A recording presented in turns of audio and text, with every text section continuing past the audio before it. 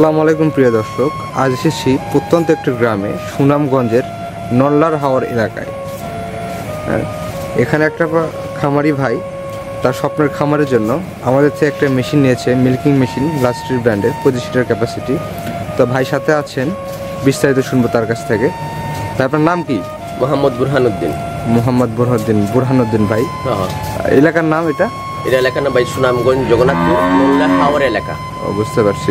আশেপাশে দেখতেছি শুধু পানি আর পানি। হ্যাঁ, মাঝখানে হচ্ছে আপনার খামার। ও ভাই, চতুর্দিকে পানি। হ্যাঁ, সুন্দর একটা পরিবেশে তার খামার।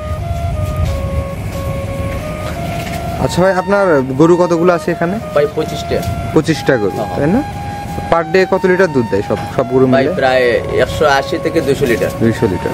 আচ্ছা, আপনি একটা মেশিন কিনেছেন, মিল্কিং মেশিন, দেখতে পাচ্ছি 25 লিটার ক্যাপাসিটির।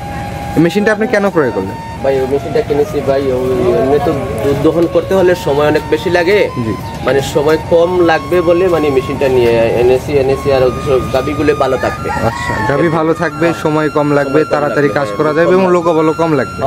ঠিক আছে ভাই। আচ্ছা ভাই, আচ্ছা ভাই, তাহলে আমি আপনার খামারটা আস্তে আস্তে ঘুরে দেখি। দেখেন ভাই।